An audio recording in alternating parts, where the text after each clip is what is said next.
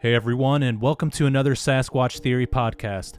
In this interview, we have Jody, and she has some very interesting encounters and experiences from the state of Delaware, Pennsylvania, and Alaska. I really enjoyed speaking with Jody because she was extremely kind to me and she had a lot of strange experiences to share. I believe her because I have had a lot of weird things happen in my life that I know without a doubt were paranormal that truly happened, and I know how hard it is to share this information with other people. Before we started the interview, Jody asked me if I believe in Christ, and she prayed for me, the podcast, my research, and for my family. It was very kind of her to do that, and I really appreciate genuine, down-to-earth people.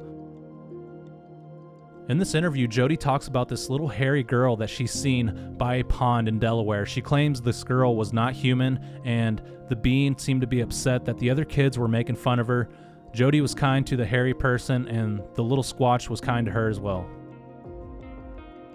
She also talks about an instance where she was riding her bike one day, and she woke up the next day unsure of what happened, and she had these vibrant white socks on her feet that she was not wearing beforehand, and her clothes was folded neatly next to her. It is difficult to have these experiences because they will leave you wondering for the rest of your life, and there never really seems to be any answers out there as to why this stuff happens.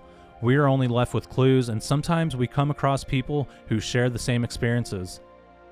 That's the mystery in life, and it's all a giant puzzle you have to put together depending on your earned wisdom and intuition. If you guys can, please follow the podcast on Spotify, iHeartRadio, Apple Podcasts, and I would really appreciate it if you guys would watch the YouTube videos that I have made where I interview my guests in person. And you guys can also watch films that I create where I go out into the field looking for Bigfoot. Alright guys, let's dive into Jody's encounters and experiences here on Sasquatch Theory.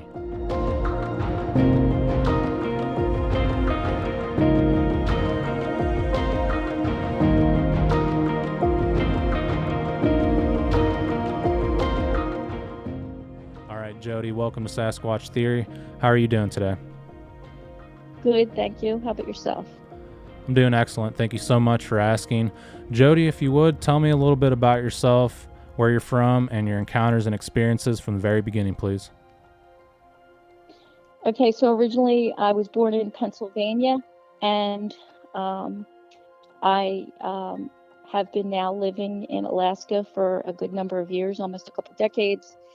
And looking forward to this conversation because I think it will be cathartic and helpful for me.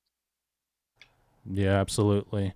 So what were you doing when you had your first experience? If you would, take me back to that moment and describe everything in full detail.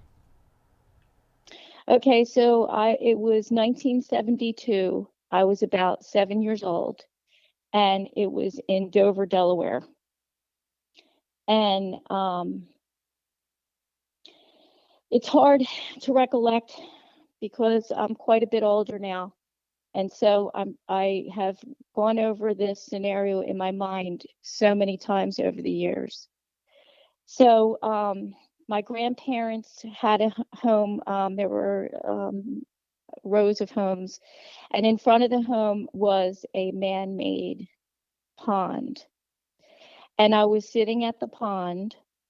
And as I was sitting there, I noticed across from me diagonally, there was a group of little girls huddled together, smushed together, like they were trying to push their bodies next to each other. And they were looking in a direction. And I looked over to where they were looking. And I saw this little girl. It looked to me like maybe it was a little girl. She had hair all over her. And it's a bit emotional for me to talk about because it takes a lot to discuss it out loud. So I started to feel sorry for the little girl because they were whispering, pointing, giggling, and making fun of her. So I remember thinking in my head, I remember thinking, I wished you were near me because I wouldn't make fun of you. And the strange thing for me to this day is that I didn't see her move. And all of a sudden I look over, and just a couple feet away, she was right near me. And I knew it was a girl. I just could tell she just seemed like she was a female, not a male. And she was young. She looked like she was around my age, maybe a little bit older. And she had amber colored eyes. And she was looking at me, and she was looking like she felt ashamed. And she was kind of looking down and sort of looking over at me and at those girls across the way.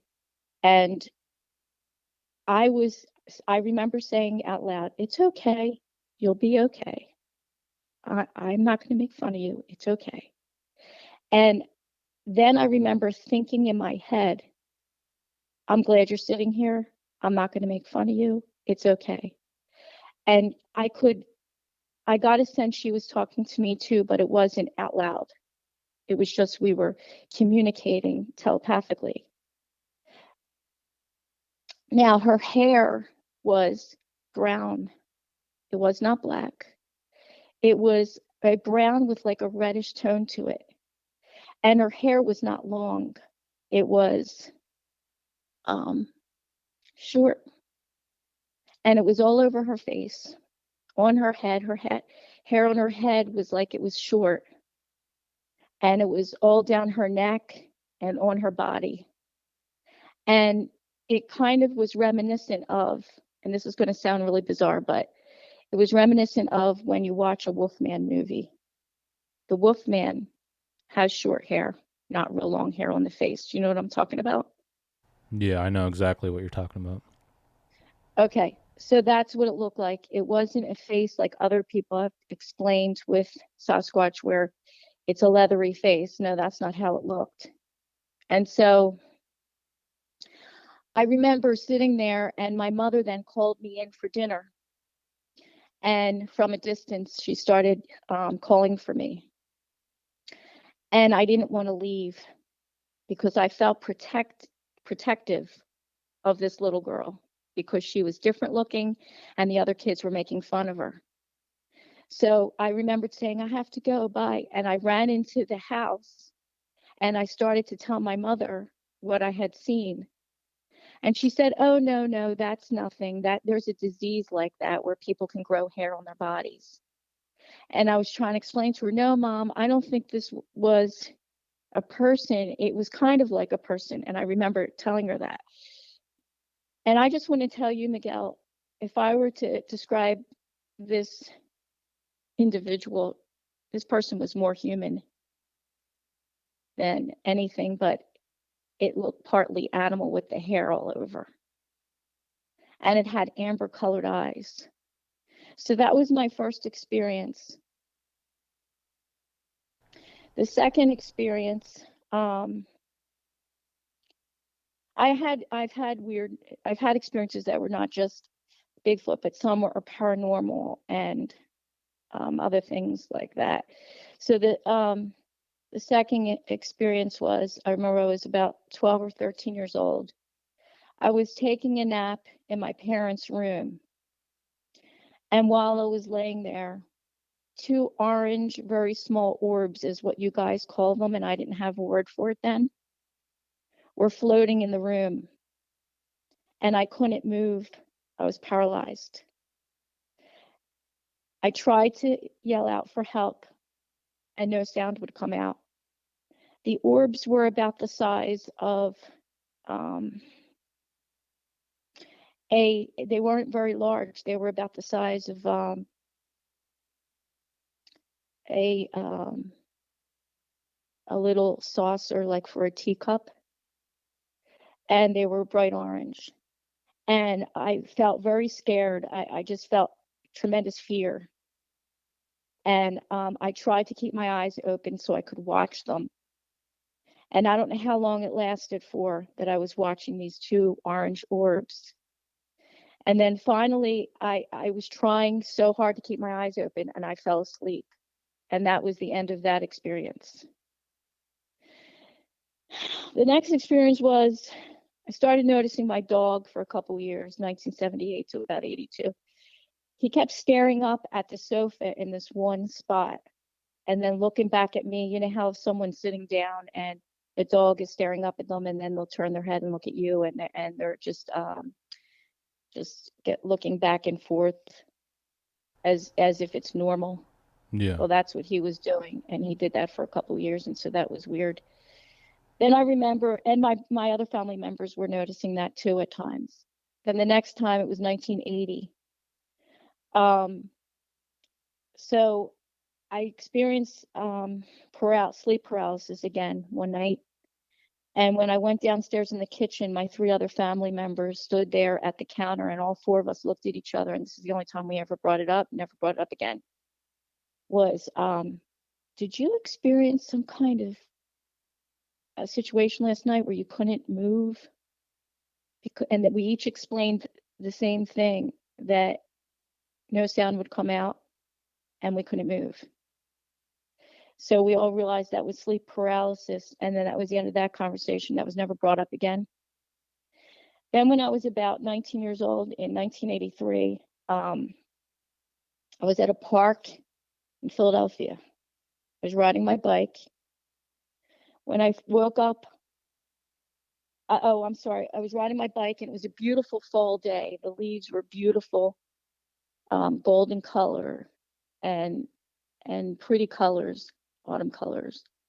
And it was just a perfect day. And I was really enjoying myself riding my bike. And all of a sudden, while I'm riding, some pebbles were being thrown at me. And I was thinking, that's rude. Why would someone be throwing rocks at me? And I decided to ignore it, and I kept riding my bike. Then when I got to another part, more pebbles were being thrown at me, or little rocks. I decided to ignore it again. Then I kept riding my bike, and there was no one around really. And all of a sudden, for some just strange reason, I felt the urge to stop riding my bike and go down this hill, this little steep hill, and just take my bike down there. And I thought, well, I don't want to do that. And so it's like I was going against what I wanted to do. And so I thought, but I have to do it. And I was like, but why? I don't want to do this.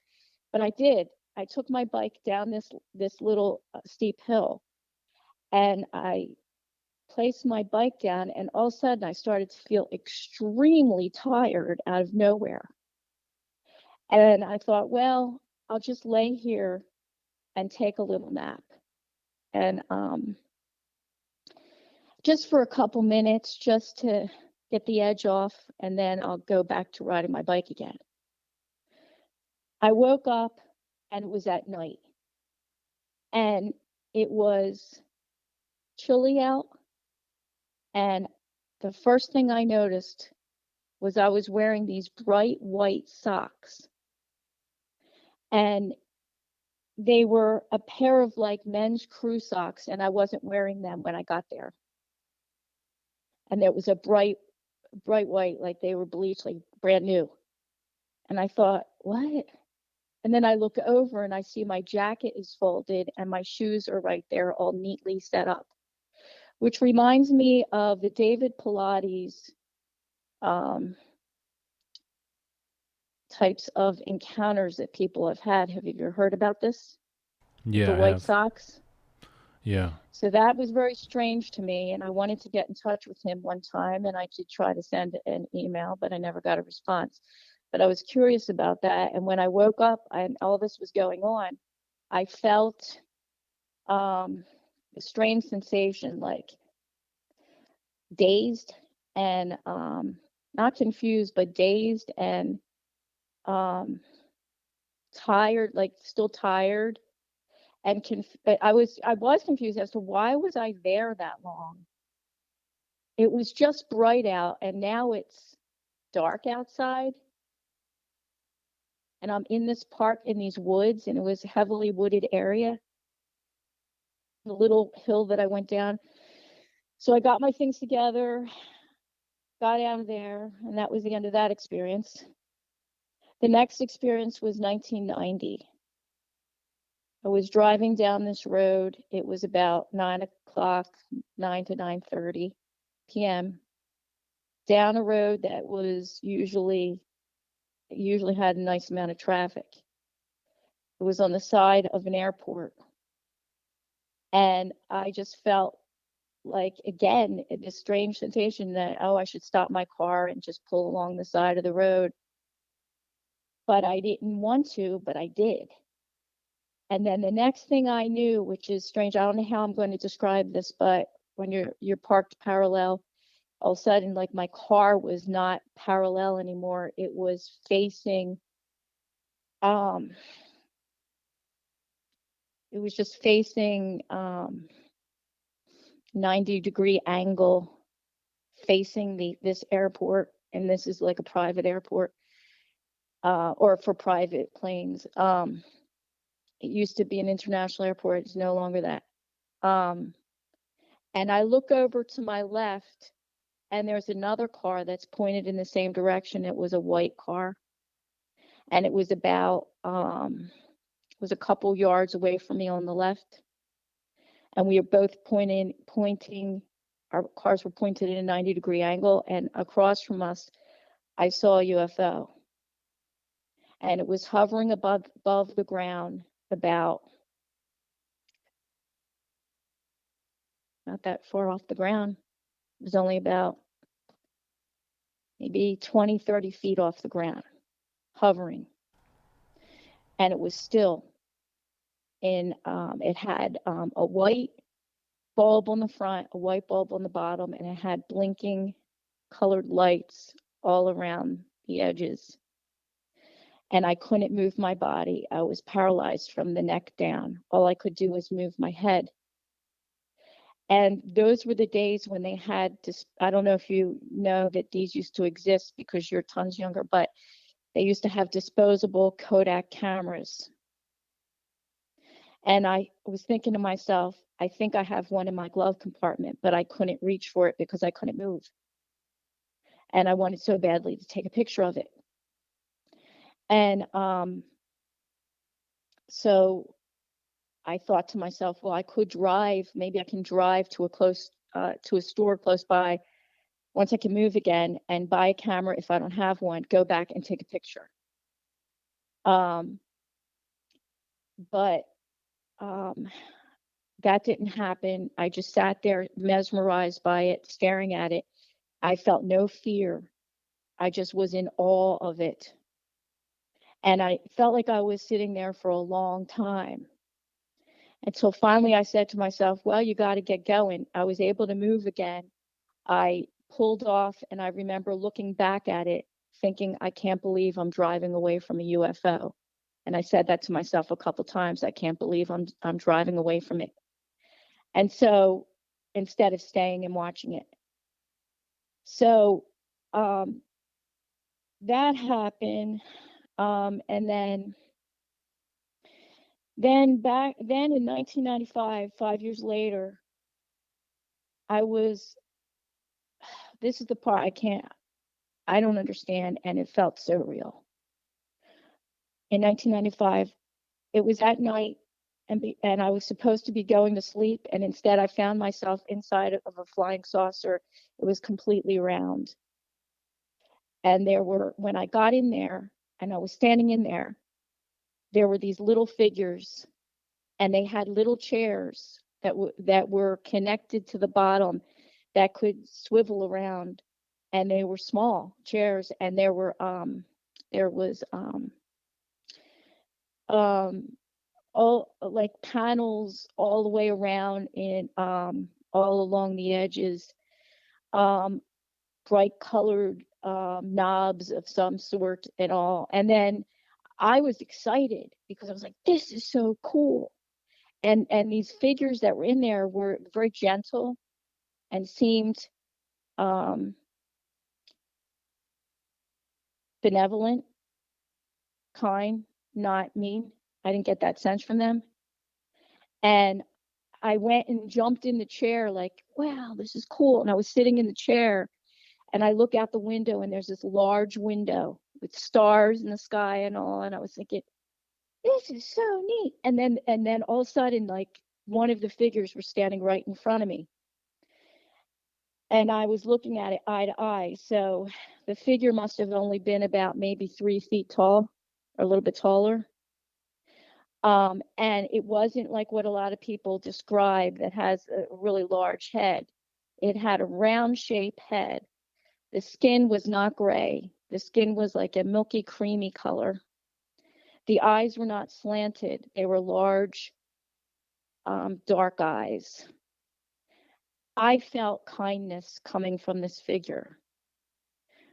I believe they're demons, to be honest with you, and they can come in the form of light, and demons can come across as being kind, demonic type figures and all.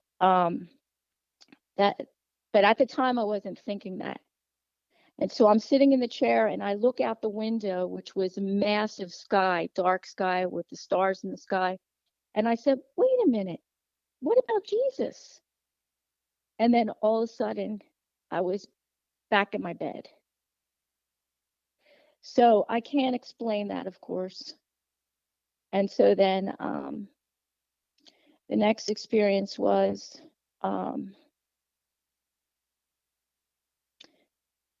I don't know if you want me to talk about any kind of experiences that happened where God rescued me from certain situations. Yeah, let's hear about it.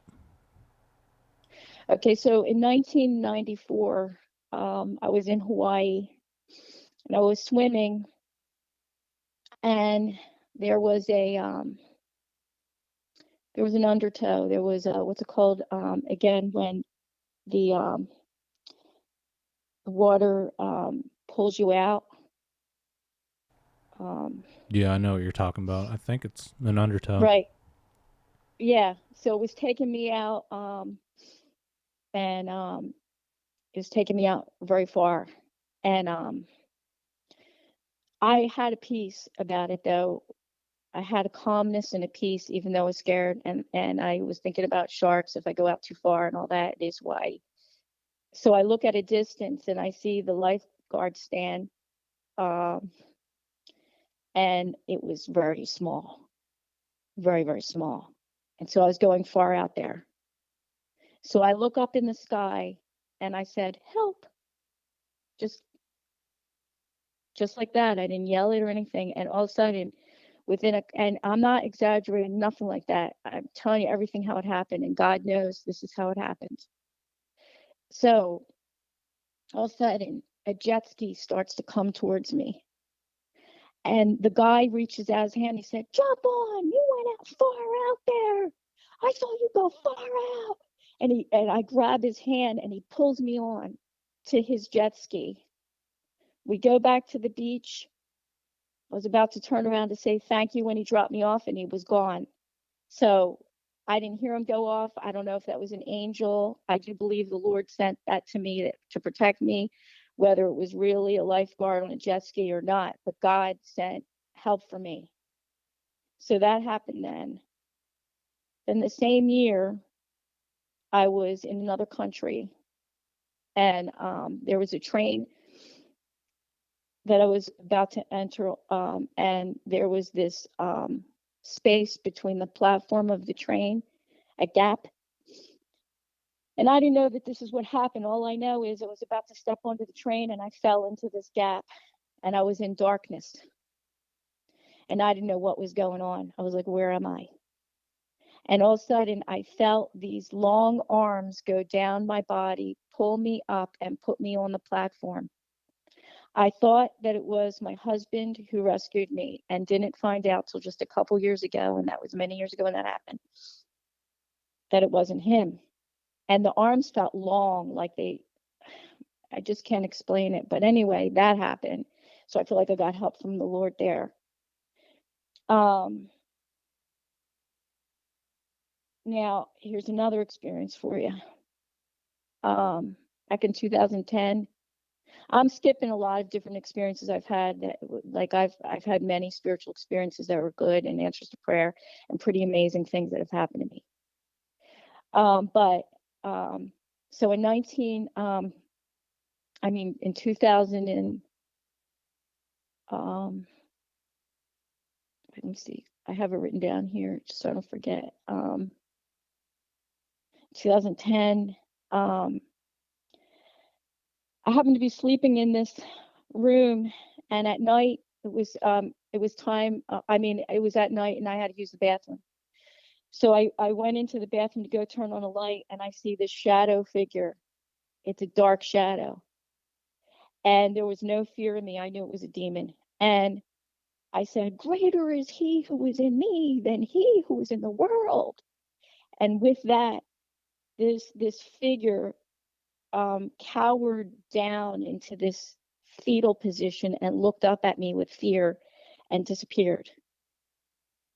So that was that experience. Then I had an experience that might have happened a year or two later, and I decided I'm here seeing all these videos about astral projection.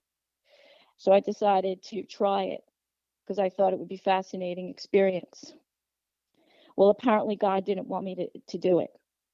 So I followed all the directions that they said to do in the astral projection. I found a focal point on the wall ahead of me, in front of me. I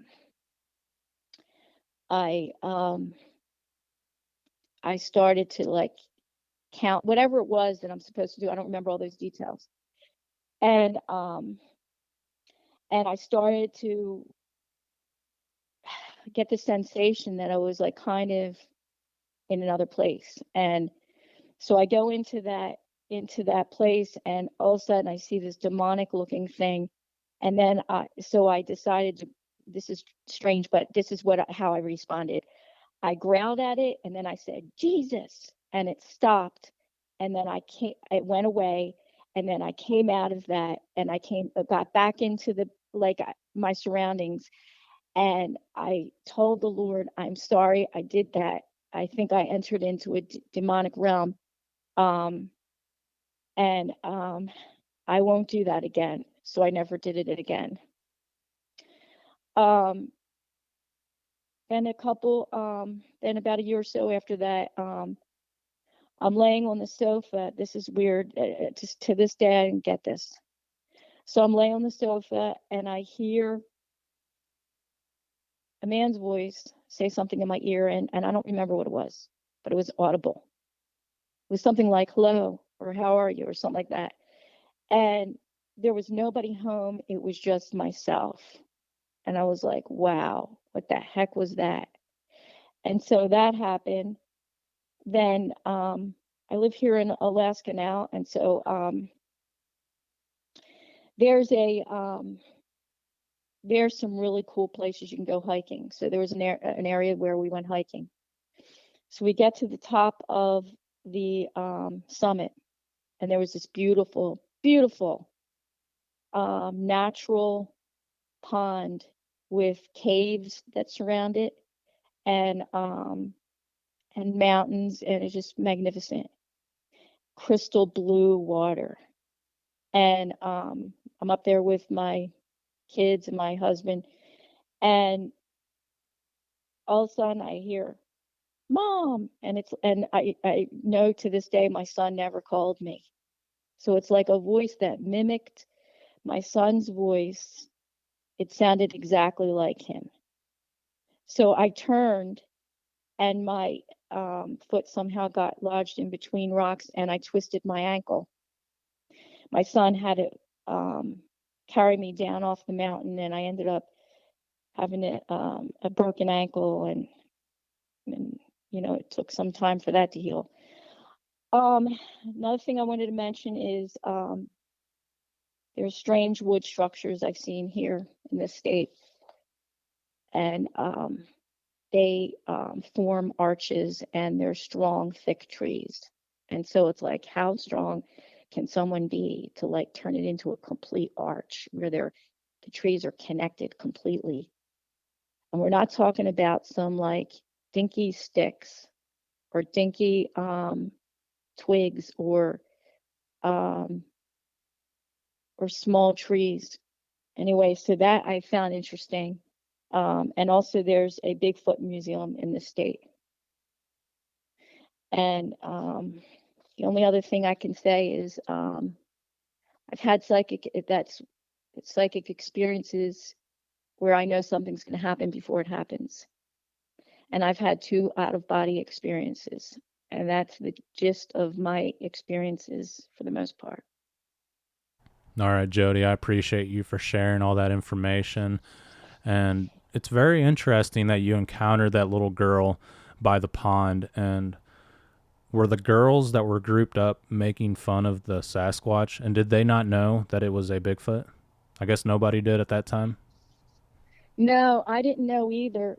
I've never heard of it. I was only about 7 years old, and they were little girls also, so maybe none of us did. We probably all looked at her like she was just a really strange looking kid. Yeah, that is interesting. And you looked away and looked back, and this little girl was closer to you. Is that correct? Yes, she was about, let me think about how far, less than 10 feet away from me. And it was interesting because I wanted to protect her, and she knew it, I think. Yeah. So you think the little girl was able to hear your thoughts? Yeah, to this day, I always knew that there was this understanding. We understood each other without talking. At first, I was talking to her. I was saying, "It's okay. You'll be okay. I'm not gonna make fun of you." And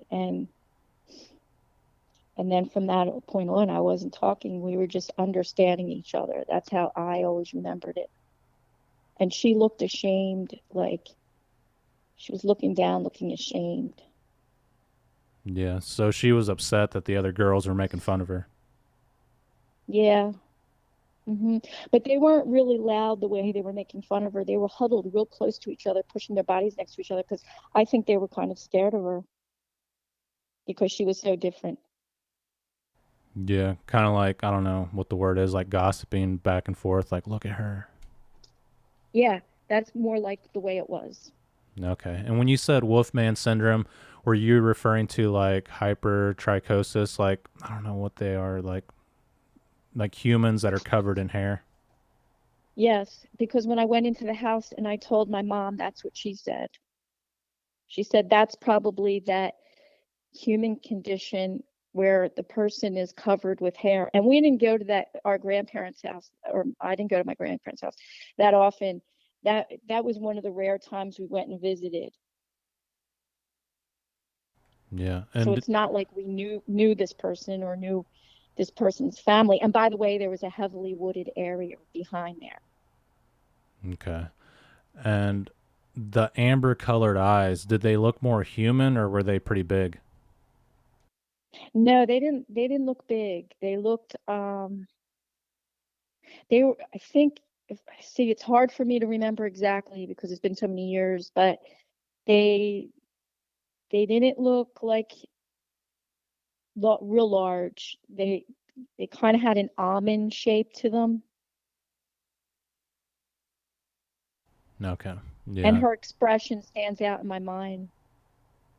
Okay. And I mean, I do think it was very nice of you to comfort that little girl or the Bigfoot, whatever you want to call her.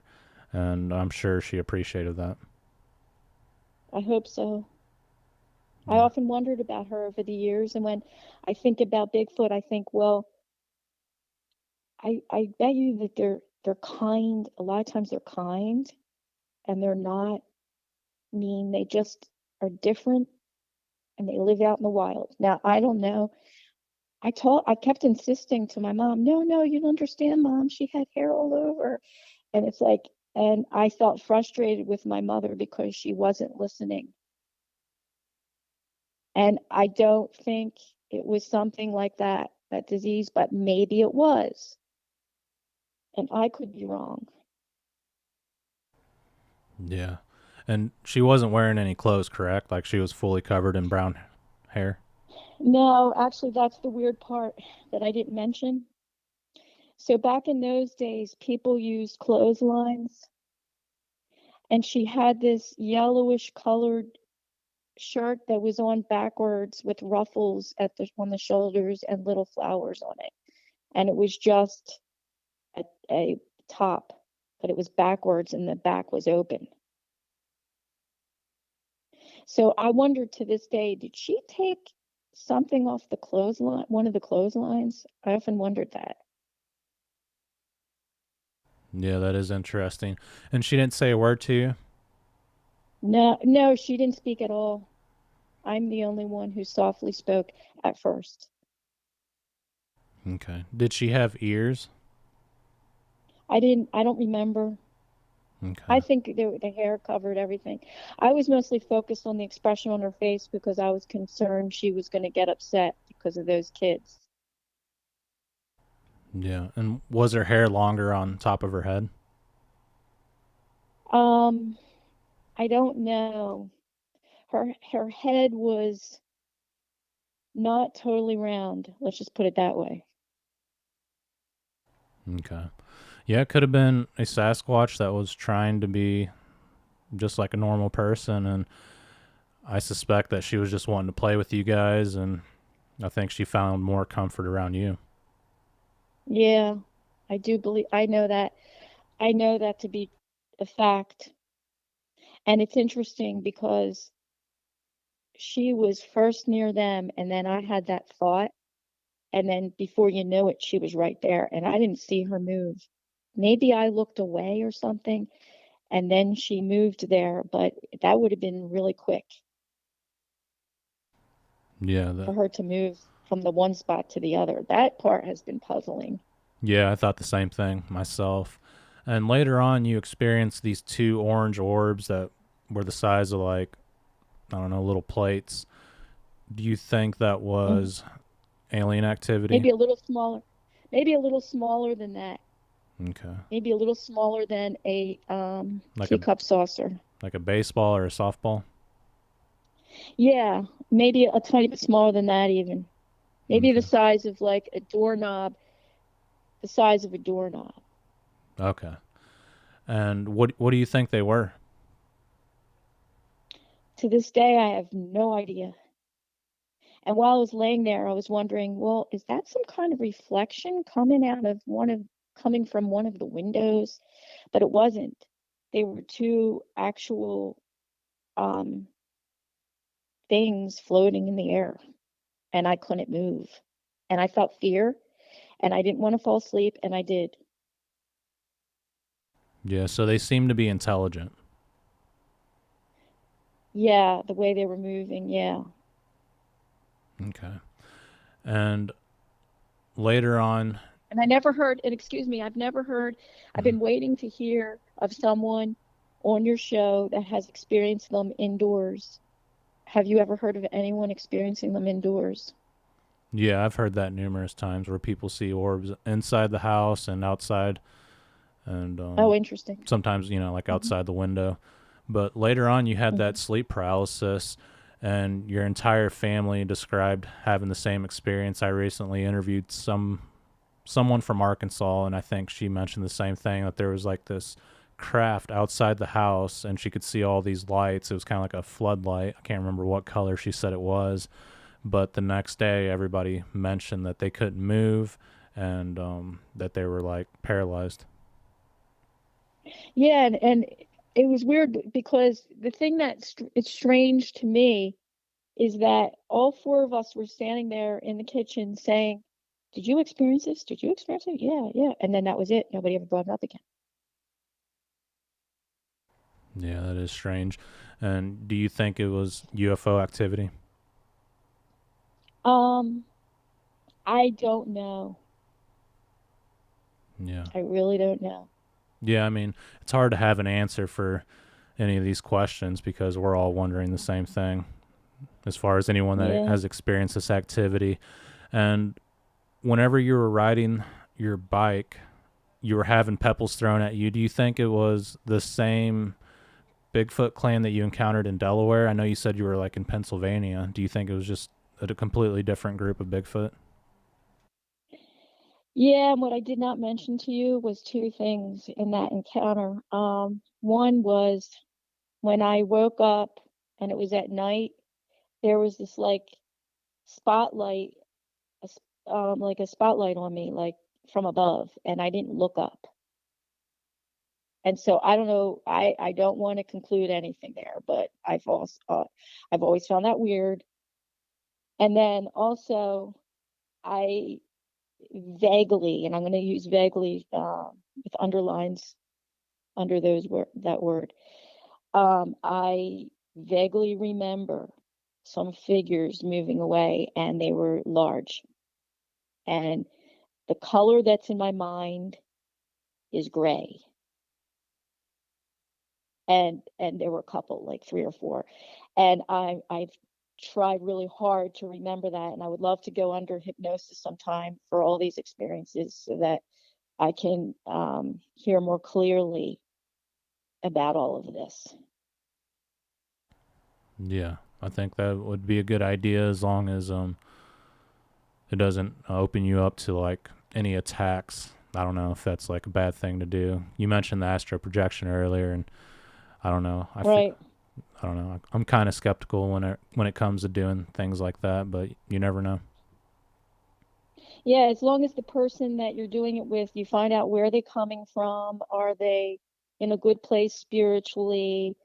Are they open for demonic activity that they invite? I'm a strong believer in the Lord Jesus Christ. I'm just going to say it, and I believe in Him. I know He's my Savior, and so I believe in prayer. I believe in going to God for help in life. He helped me that time in the ocean. He helped me in the train gap. Um, he's helped me so many numerous times that it's unbelievable how much he's helped me. So I know he's real. I have a personal relationship with him, and I read the Bible, and I believe in the Bible, and there's a lot of archaeological proof behind that. And I don't want to sound preachy, but this is where my belief system comes from. So in line with that, would there be the person I would want to do that type of hypnosis would have to be someone who comes from a good place, a kind person who's not into any kind of strange paranormal activity. Yeah, I think that would be the Because best route to I didn't take. invite any of this. Because I didn't invite any of this. Any of these things that happened, I didn't invite. Yeah. And I mean, I want to say it sounds like you've been abducted, and you even mentioned that you woke up one day and you were in a flying saucer. Was that a dream, or do you remember like that vividly happening? It vividly happened, but then why did I end up in bed after? And the only thing I can conclude is some type of conclusion I've come up with, and of course this is just a theory. I don't know for sure, but that the demonic realm, it's there's we have different dimensions. Of course, we don't just have three dimensions, and the fourth dimension is time, and then we have other dimensions. And I think so far scientists have found 20 something dimensions. I don't know how many altogether, but anyway, um I entered into an interesting dimension when that happened with that demon. And I think that they're interdimensional beings that come through. And and so what could have happened is nobody goes to maybe into a flying saucer at all. Maybe these demons put you in a position where it looks like you're in that space, but it's not that. And it's some kind of um type of state they put you in. And I'm protected by Jesus, because I said, wait, what about Jesus? And then all of a sudden, before I knew it, I was out of there. Then that other time with that demon, I said, Jesus. I growled at it and then said Jesus, and I was out of there. So the spiritual realm is real. I know for a fact it's real. And then I saw that demon that time I told you about, and I said, greater is he who is in me than he was in the world, and disappeared. He cowered. Because why?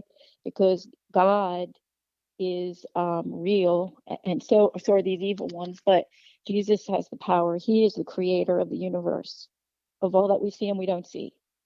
And I don't understand why there's evil and all that, but it exists. Yeah, absolutely. And I've heard different scientists say that there's different dimensions, and it would be my theory that there would probably be an infinite amount of dimensions. But I don't know that. I'm just saying with how large the universe is, how mysterious it Mm-hmm. is, and just how much is Mm-hmm. on this planet. I would have to suspect that there's an infinite amount. And the same way, like when you think about God, like when was he born? Like there isn't a birth date like he always has been, if that makes sense. Oh yeah, because he says, "I am the great I am." He's the Alpha and the Omega, the beginning and the end. He's always been here. We can't understand it because we have finite minds. So there's a lot we don't understand. And maybe one day we will understand once we um, go on to be with the Lord, and He might answer those questions for us, or we won't even care to have them answered. We'll Yeah. just be happy that we're in paradise forever. And this might sound strange to viewers that are listening, and it would have sounded strange to me actually years ago, um, but I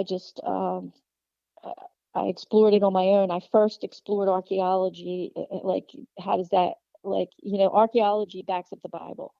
So that started getting me interested. I was a doubting Thomas at one point. I was like, yeah, right, this is all real. But so I started looking into it myself. But I think I always believed from the time I was 9, though. I recollect things happening since then, at different things that happened spiritually. But I wanted to disprove it to myself because I thought, how this just sounds too amazing.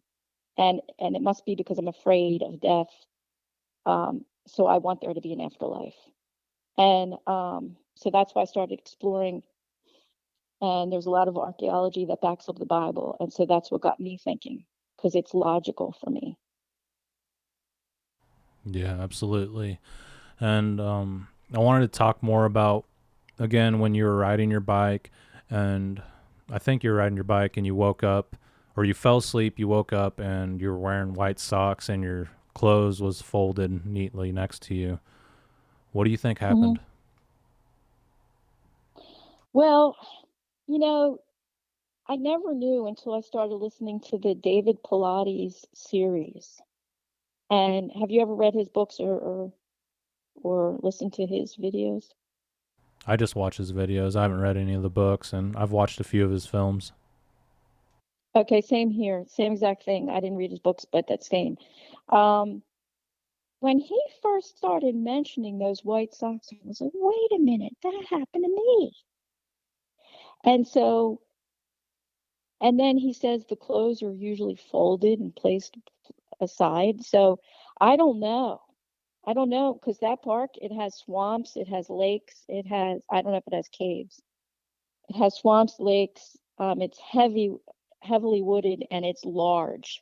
So, and then the stones that were being thrown at me, and I've learned from your channel that that's what they do. And so I'm just wondering if it does have to do with Sasquatch. Yeah, I think so. And the encounters and experiences that you've told me, it makes me feel like Bigfoot is connected to the paranormal or to UFOs, which I think it's all one and the same. Is that kind of how you felt Yeah. after having all these experiences throughout your life? What, that I think that they're connected? Yeah, as far as like Bigfoot and aliens and the paranormal, like somehow it's all tied in together. Um, I'm beginning to question it because I didn't start hearing that until listening to your show. So I haven't been able to really think about it. And even if I do think about it, I'm not going to come up with a conclusion, really, definitive conclusion. But as far as opinion, um, I think it could be connected. But I have had plenty of paranormal experiences. I don't know if, or I should say spiritual experiences, I've had way more good experiences spiritually than the things I've mentioned. Yeah. I don't know either. I just question because I question these things because of the encounters that I've had. You know, I've experienced strange paranormal things or supernatural things in my life, UFOs, and then I had Bigfoot activity, and I've heard what sounded like a dog man, like a werewolf howling outside, and I've seen, I don't know, what people refer to as a hellhound. But I just wonder this because, like, no, a lot of people have never had an experience, whether it's Bigfoot, UFOs, or paranormal. And then I interview all these people, and they have seen either Bigfoot, UFOs, all in the same place. So I feel like it's somehow connected, but it's really hard to say. I just speculate, really. Yeah, I speculate too. And one thing, here's one of many examples of things like this that has happened to me. Like, so I'll give you an example of like just a psychic thing. And now in Christianity we call it discernment, and then people who are not Christians, they call it psychic. So I'm trying to help people to understand so we can all get each other about this. So I'm driving down a road in a different state with my husband. I'm driving, he's in the passenger side. And all of a sudden, I got a very strange feeling with the car next to me. And I said to him, do not look at the car next to you to the right. Just don't look.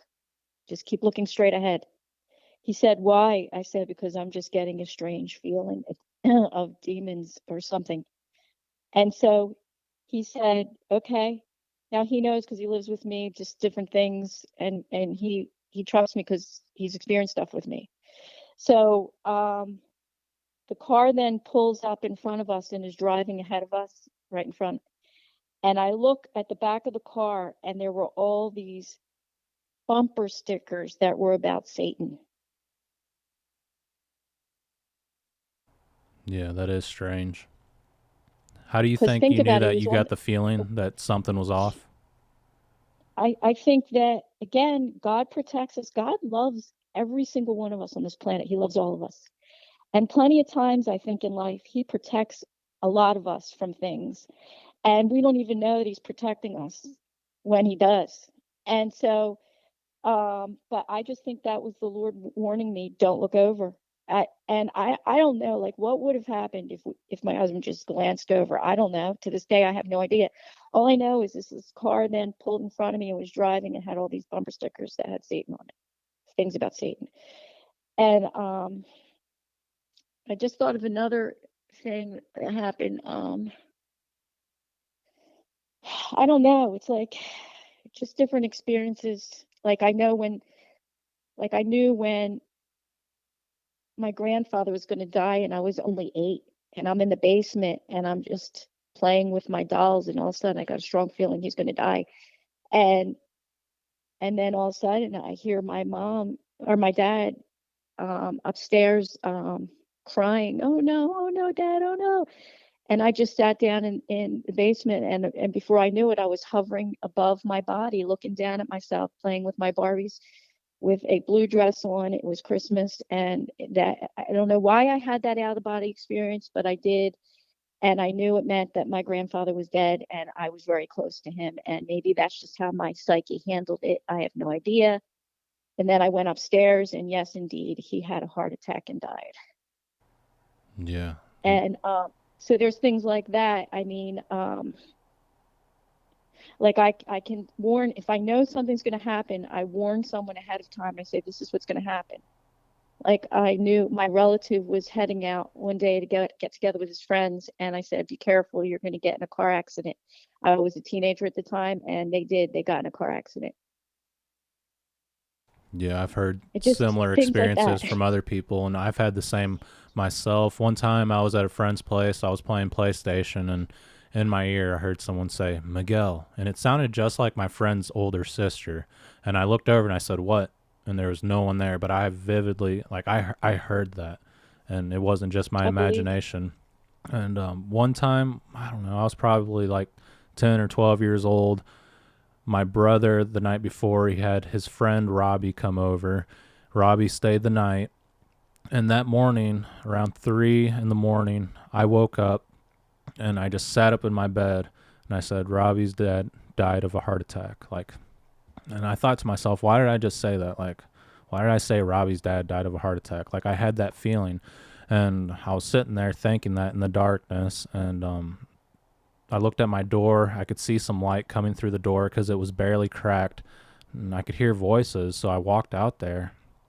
And my dad was standing out there with my brother and his friend Robbie. And I asked what happened. And they said, Robbie's dad died of a heart attack last night. And we're taking Robbie home. But I don't know how I knew Oh, that. Like, I woke up and I just had this knowing. But I don't know why. Like, why would I need to know that? I mean, I could have just walked out 5 minutes later and would have known that. So, like, I don't know why. that's interesting. And were you close to Robbie? No, that was just my brother's friend. I mean, I knew him from school and whenever my brother would hang out with them, but I wasn't really close to him. Well, the sixth sense is very important part of the human experience, and I don't think we tap into it enough. And some of us who have had these experiences come to rely on it. And so we hone in on it more strongly than others. Like, for example, I'm going to ask you a question, Miguel. I'm wondering, do you get a sense sometimes when you meet someone and you don't even really know them, and no matter how nice they're acting, you just know this person is up to no good? You just won't trust this person eventually. Yeah, I get that feeling sometimes, and yeah, I mean, And you just have to follow your gut. Follow your gut, because if you don't, you'll regret it. Once in a great while, we might be wrong, but we're probably mostly right. yeah, I think so too. Yeah, so I think that it's just something that all of us, every single person can experience this if they would just rely on it more and trust their instincts, trust their gut. Yeah, absolutely. It's hard to do sometimes when you're a really nice person and you just want to do the right thing. Sometimes you get caught up with the wrong people. Right, exactly. You want to give them the benefit of the doubt, but then later on you can kind of, I don't know about you, but I'll get mad at myself when I do give the benefit of the doubt. Then I regret it later, like, why didn't I listen to myself? Yeah, yeah, absolutely. The best way to handle it is don't let them know that you figured them out. Don't ever let them know. And just don't like defend yourself when they are troublemakers. Just don't defend yourself. Just quietly move away if you can. Yeah, I think that's the best Anyway, thing to do. Just try to be as yeah, positive as possible and try to do the right thing no matter what. yeah, Yeah. exactly. But I thank you for this time. It was cathartic for me. It was helpful because I've never had the opportunity um to really describe this to anyone before. I mean, I have to my husband and to my daughter. Um, and just here and there, some of the just the positive experiences of how God has helped me. But just like there's good and evil in the world, there's good and then there's evil. Um, so then we'll have good experiences, spiritual experiences, and then we can have bad. Yeah. Yeah, absolutely. And I believe that God put us in touch, and that's the reason why we're talking today. And I pray that He protects you and watches over you and your family and guides you through every step. Thank you. I hope the same for you and for all of your listeners. Yeah, absolutely. I pray for all the listeners as well. Okay, Jody, do you have anything else that you'd like to share? Any other experiences and anything? Um, no, I mean there are many, but I think this is good, and I appreciate this opportunity, and thank you for helping people and helping people to get it off their chest and to share, because people that experience the stuff like you have, because I listened to all of your personal experiences in your video that you put out. I think not too long ago, a couple months ago or something. I listened to those personal experiences, and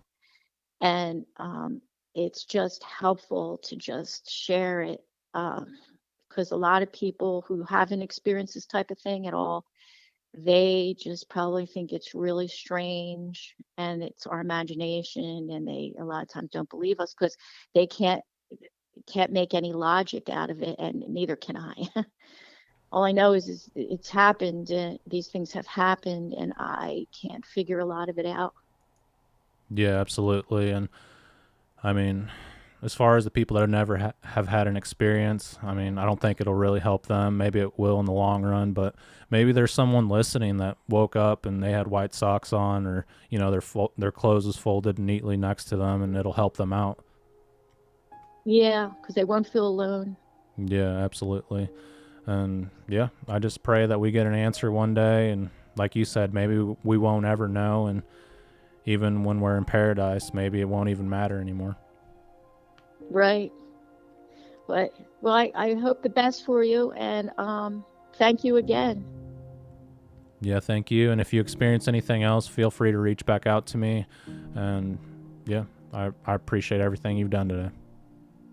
Okay. Well, take care. All right. You too, and God bless, my friend. God bless you too. Bye-bye. Bye. All right, Jody, thank you so much for sharing your encounters and experiences with me here on Sasquatch Theory. And you had some really interesting things to talk about, and it really made me think about the mysteries in this world. The description of the little hairy girl by the pond was very captivating, and I believe it was a juvenile Sasquatch that was observing human children playing, and she wanted to be a part of that. They do say these things are attracted to children, and they are very human-like. I thought it was very interesting that you thought I would play with that little girl, and whenever you look back, she was standing right next to you. That makes me feel like they truly know our thoughts and intentions, and they are able to read us, unlike any other creature on this planet. I have interviewed a lot of people in the past that have claimed these things know if you're up to no good, or if you have a kind heart. Jody also mentioned in the interview that sometimes when you meet somebody new, no matter how kind they are to you, sometimes you get that gut feeling that they're truly up to no good. And I feel like that is very true. It's really difficult to read people and know their true intentions. Sometimes you just have to write it out because it's very difficult to tell sometimes with people, and eventually their true colors will show. I hope you guys enjoyed this podcast and found it to be very informative. I certainly did, and it was a pleasure speaking with Jody. If you have had a Bigfoot or cryptid encounter that you would like to share with me here on the podcast, please contact me sometime at sasquatchtheory@outlook.com. I really appreciate each and every one of you for tuning in today and listening to the podcast. If you guys can, purchase some merchandise. I have a PayPal link down below. You guys can also join the membership, or you can leave a special thanks on YouTube as a donation. If you guys can, please be sure to follow me on Spotify, iHeartRadio, Apple Podcast, and stay tuned for more research videos on YouTube. Thank you everyone for listening. Take care and be safe out there.